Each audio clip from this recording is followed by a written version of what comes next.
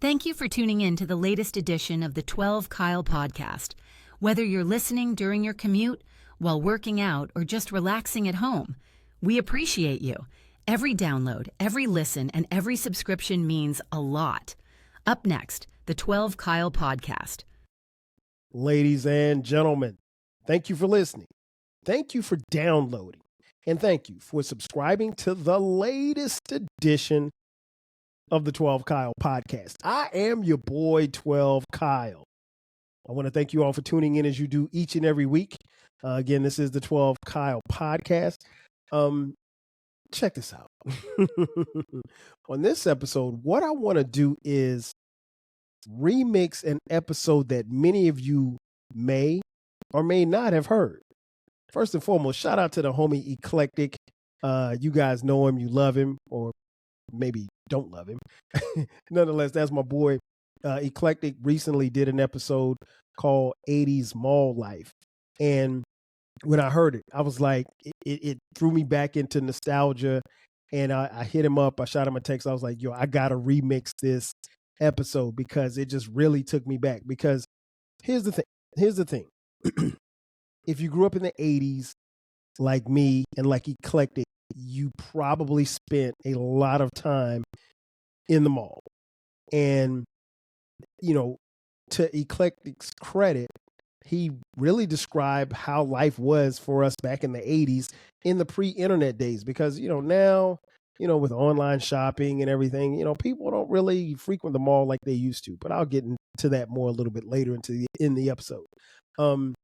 Nonetheless, the 80s mall life was different. And I'll also include in the description box a link to Eclectic's episode because you definitely want to check that out, right? But yeah, the malls are different. Right now, I can't really say malls are dying because I'll be honest, I'm not someone that frequent malls now. I will go to a mall if I absolutely positively have to. But the days of me just spending hours upon hours in the mall are long gone. Because if we're being honest, a lot of us shop online. We shop online. Amazon is a friend for most of us. So, back then it was different. You didn't have the internet. You literally had to get in a car, or in Eclectic's case, get on a bus and go to your local mall. For me, it was, I grew up in Florence, South Carolina. So there was no transportation. There was no public transportation. Although later on we did have a bus. But, you had to go with your friends or your mom had to drop you off. Shout out to the moms who dropped the kids off at the mall at like 12 o'clock and then come back and pick them up until like 6-7 hours later. Great parenting if you think about it.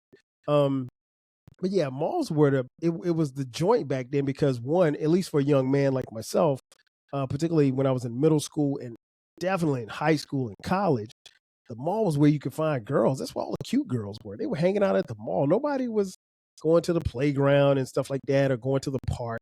Everybody was at the mall. So that was like the spot to go to. That was the go-to thing. But now,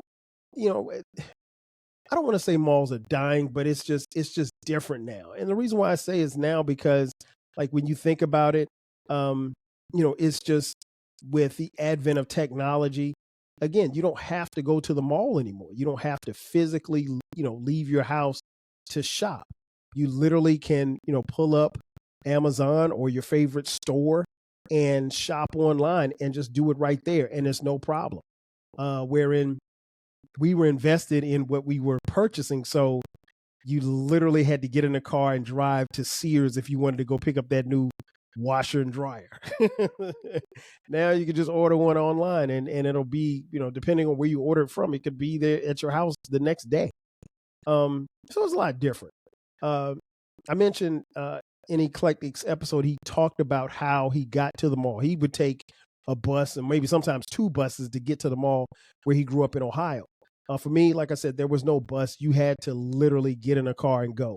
I remember my first trips to the mall were when I was of age. I was in middle school. My mom would take me. And I didn't start driving until I started driving at 14. I think I got my license at 15. I had my learner's permit at 14 and got my driver's license at 15. But I don't think I drove to the mall until I was like 16, maybe 17. Because, you have that little bit of time where your mom doesn't really trust you to drive distances.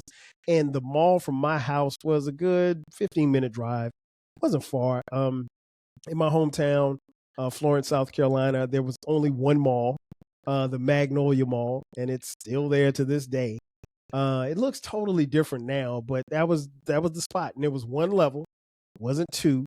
And I remember, in my time of going to malls throughout my lifetime, I remember the first mall that I went to was that had two levels, was the Garden State Parkway Mall, and I think that's in Paramus, New Jersey, if I'm not mistaken. Look, you can look it up.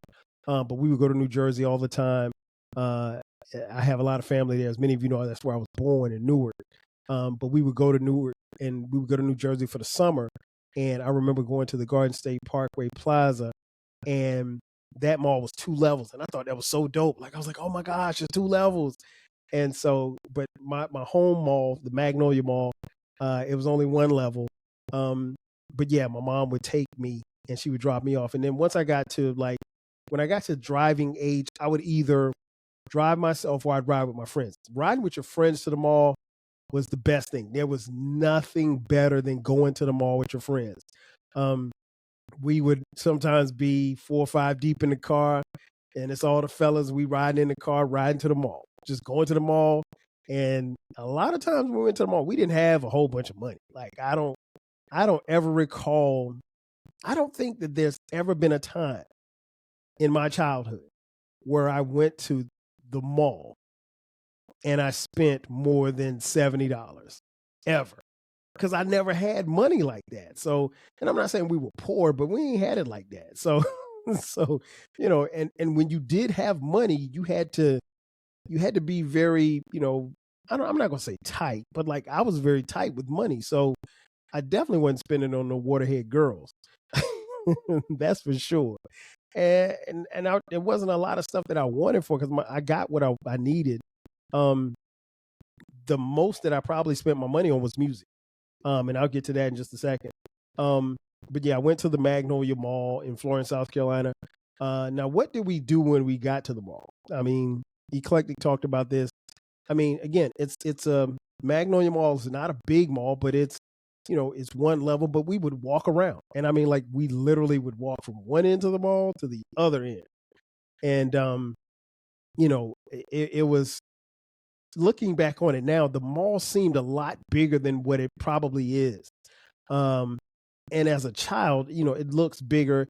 And then, of course, when you get to bigger malls and bigger cities, it was like, okay, this mall ain't as big as I thought it was. And you didn't even necessarily have to go to like Newark or New Jersey or someplace like that. Like in the capital of South Carolina, Columbia, we would go to the Columbia Mall. I think it was Columbia Mall. I think that's the name of the mall. But anyway, we'd go to Columbia, go to the malls there, and like they had bigger malls. So it was like, oh wow, it was a big thing to go to Columbia and to go to the mall. We were impressed by anything as kids. That's the funny thing about it. So I really enjoyed going to the mall.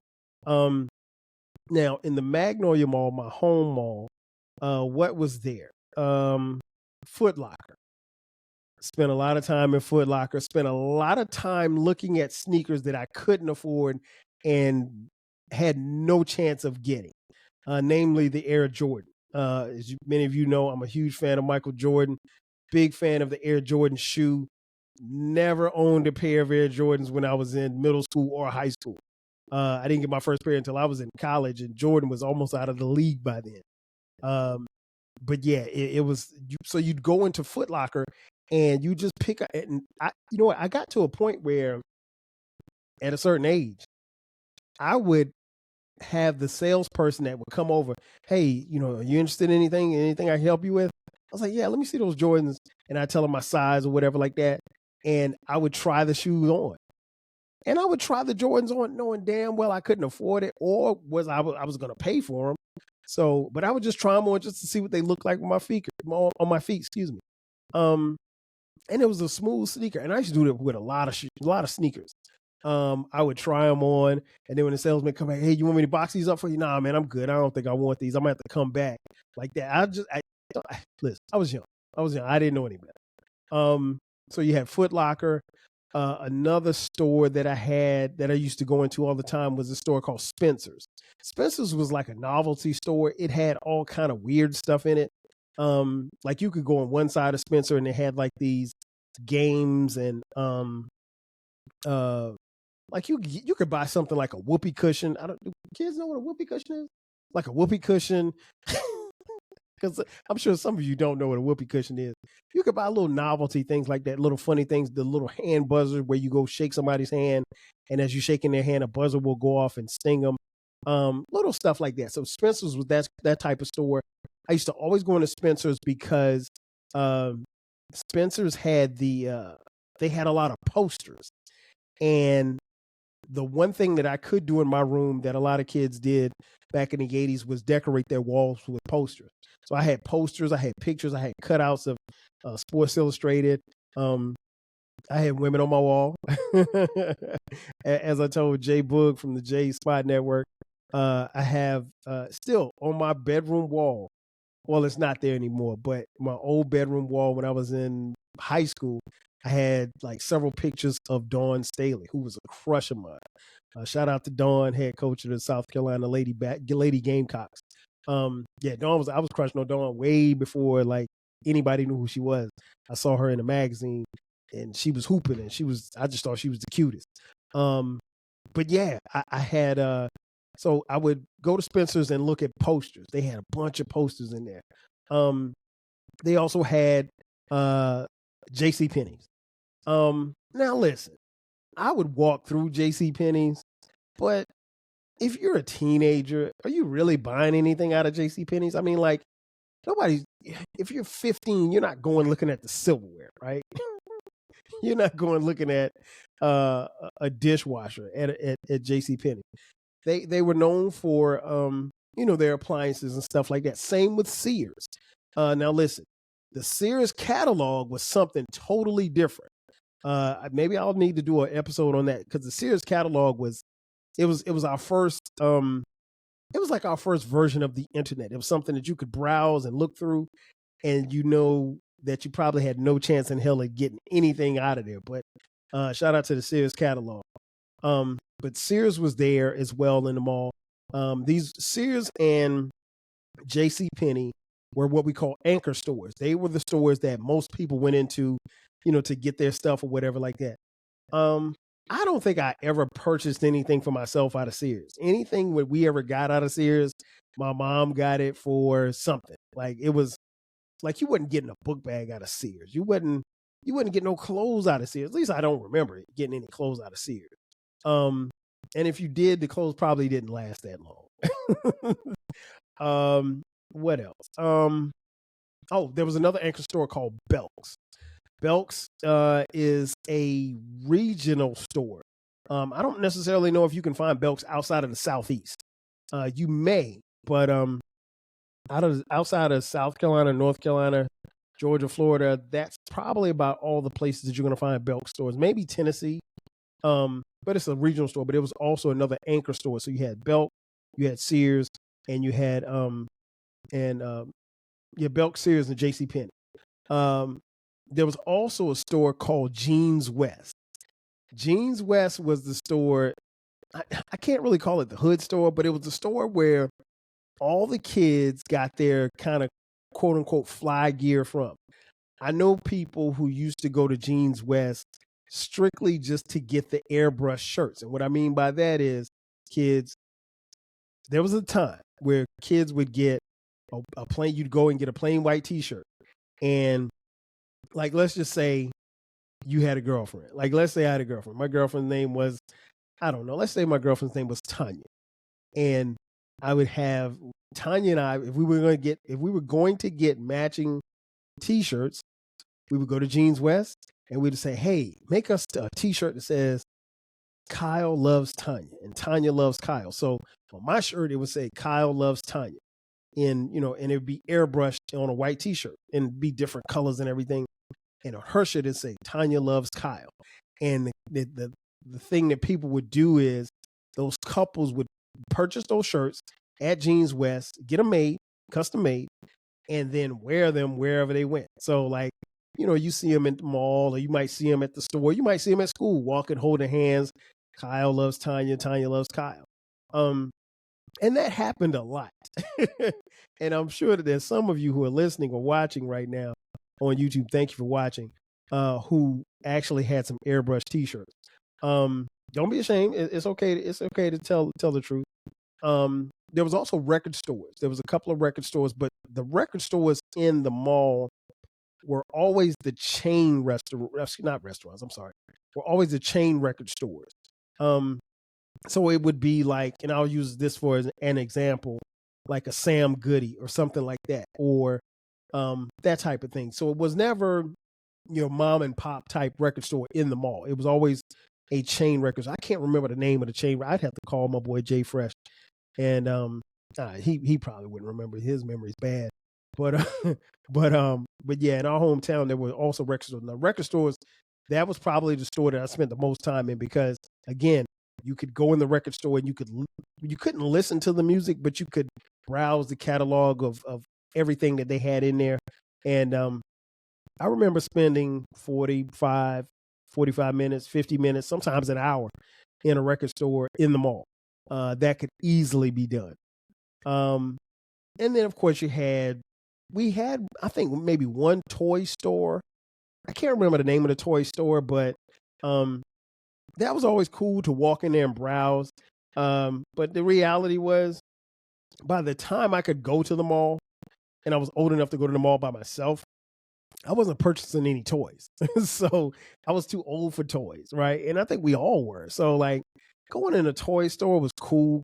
If the only reason you had to go in a toy store back then in the 80s was to purchase a video game. Like, other than that, you really, at 15, 16 years old, you really had no business in a toy store. So at Magnolia Mall, my visits to the toy store was strictly just to look at video games.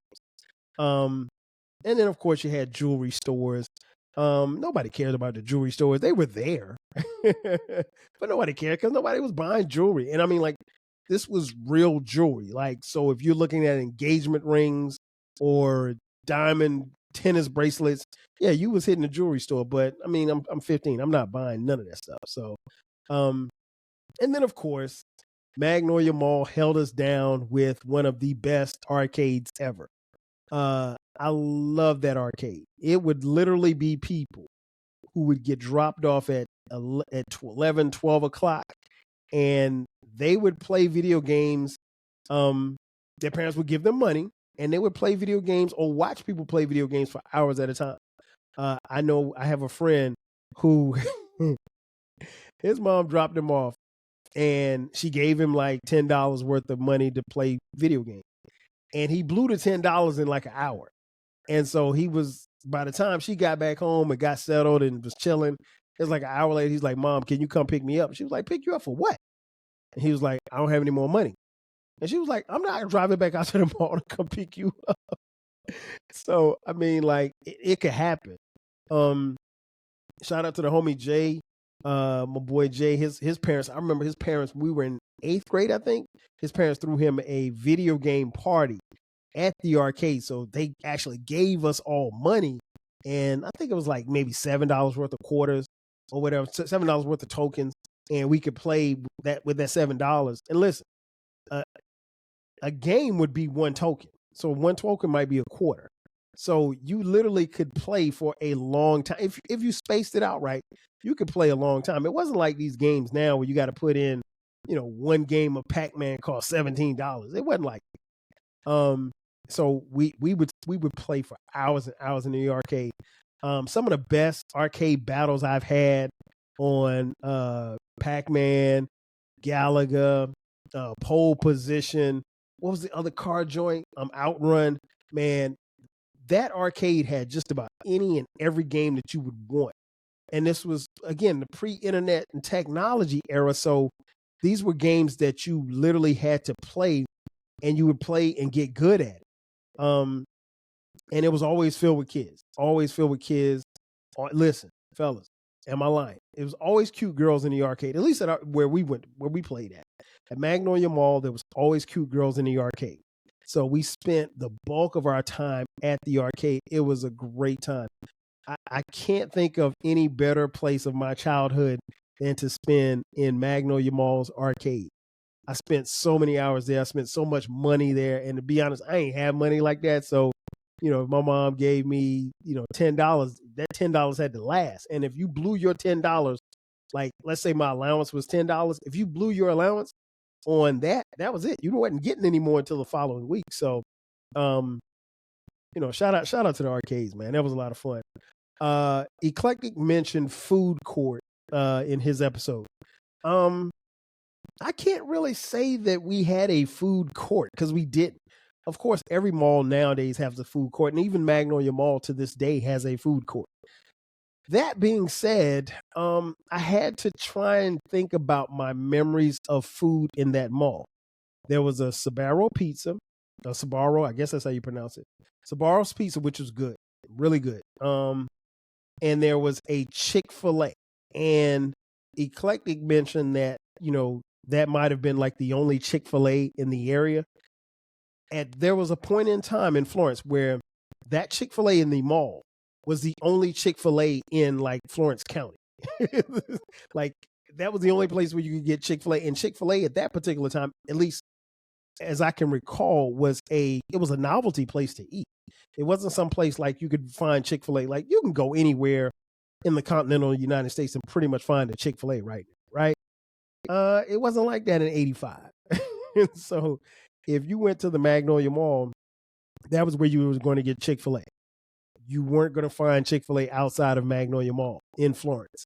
And so there was a Chick-fil-A, there was Sbarro, and there was a place called, what was it, Great American Cookie. And they had the best, I'm a huge fan of oatmeal raisin cookies. Great American Cookie in Florence's Magnolia Mall had the best oatmeal and raisin cookies on the planet. And, man, listen, and the cookies cost like 50 cents, and you would get this big ass cookie. And man, I would tear that cookie up, man. I love that cookie. And I'm not even a really big sweets guy, but that was my thing. So occasionally I would go to Chick-fil-A, but I'm more often than not, if I didn't spend all of my money at the arcade, I was definitely going to Great American Cookie. And like I said, at the arcade, man, we spent so much time. The games we played, Pac-Man, Miss Pac-Man, Space Invaders, Donkey Kong, Outrun. I mean, just to name a few. Those were some great times. And like I said, we spent so much time there. We spent so much money there.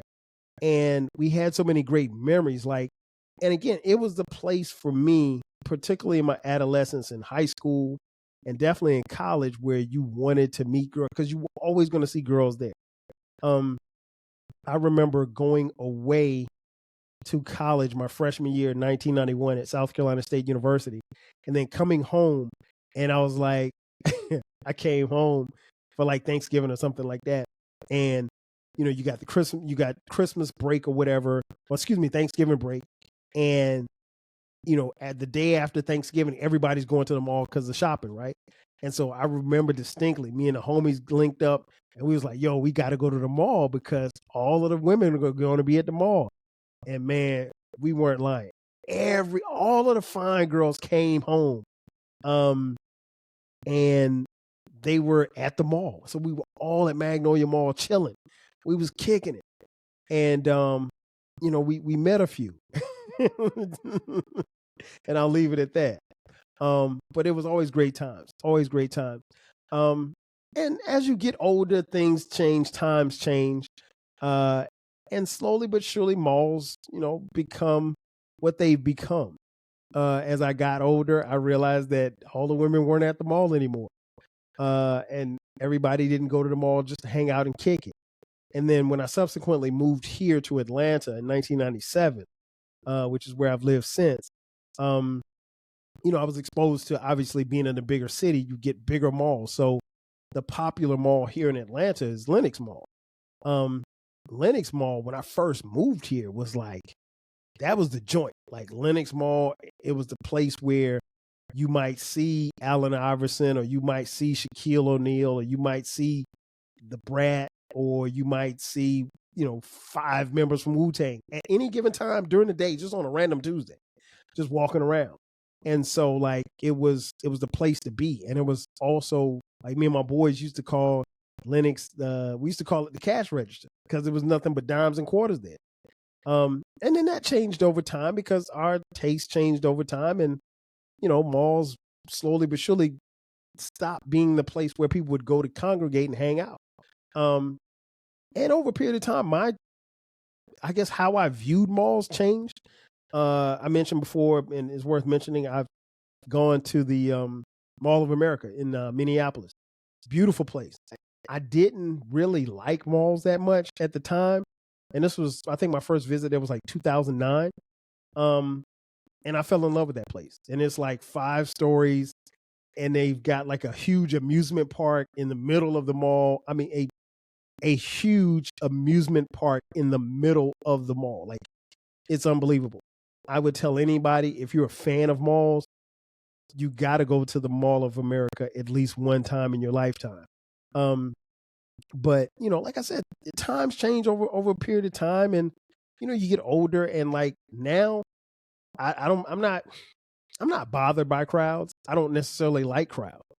And some days I have to be in the mood to go to a mall now. Like I think at the time of this recording, I've been in a mall once this year, and I probably won't go back in a mall again for the rest of the year. The days of Christmas shopping in the 80s was dope because like everything shut down, and you had Black Friday, so you had the people out, and Thanksgiving, the day after Thanksgiving, was crazy in the 80s. But now, not so much, because people don't really go to the malls like that after Thanksgiving, because some places, to be honest, don't even close. So, you can just shop online, or you can go to the mall whenever you want. And there's no scarcity and stuff. Like, there's nothing running out. Like, whatever you want from the mall, you can get it online, and you can probably get it quicker. Now when it comes to clothes, when I go buy clothes, like if I wanted to go buy a pair of jeans, I got to go to the mall for that. I'm not one of those people that are going to order jeans off of some website. I'm just not, because I want to try my clothes on. T-shirts, I'll order offline. I can't tell you the last time that I went into a store and bought a T-shirt. Dress shirts, kind of the same. Like, I know my size, so I'll go, but it's the places that I go are never at the mall. So, times have changed, and it's not the 80s anymore. But listen, the 80s was a dope era. It was an incredible era for the mall. The mall life was fun. We had good times at the arcade. We had access to good food, and food was really good. We could get airbrushed T-shirts if we wanted. We spent a lot of time there, and in my case, I spent quite a bit of money. Not a lot of money, relatively speaking, but it was a part of the childhood, and it was a part of the 80s. And if you grew up in that era, you really, really enjoyed it. And if you didn't, you just kind of missed it. Ladies and gentlemen, that's going to do it for me. Thanks again for checking out this edition of the 12 Kyle podcast. Be sure to subscribe to the podcast. We drop new episodes every Thursday and every Sunday. Don't forget about our new baby. We have a new baby. It's called the Rap Soul Podcast. It is my music podcast. It is the best music podcast that you've never heard. So you need to check it out, where we talk about music and artists from the 80s, 90s, and the 2000s when it comes to rap, soul, hip hop, and R&B. So you got to check it out. You can find the Rap Soul Podcast wherever you're listening or watching this episode as well. If you're on social media, hit us up 12 Kyle Podcast across the board, or you can hit us up Rap Soul Podcast across the board as well. If you'd like to contribute to the podcast financially, hit us up, $TWELVEKYLE. Also, we have merch. If you're interested in purchasing some merch, go to the description box, click the link that says merch, and you can get 12 Kyle Podcast t-shirts, hoodies, as well as coffee mugs. We got it for the low. Ladies and gentlemen, that's going to do it for me. Again, this has been another edition of the 12 Kyle podcast. I am your boy, 12 Kyle. I'll catch you guys next time. 5,000. Chill. Thanks again for listening to this episode of the 12 Kyle podcast. If you enjoyed this episode, make sure that you hit the subscribe button and share this podcast with a friend who needs the 12 Kyle podcast in their life. Every listen, every download, and every share helps us grow. Thanks for being a part of the 12 Kyle podcast community. We appreciate your support. We will catch you next time. 5,000.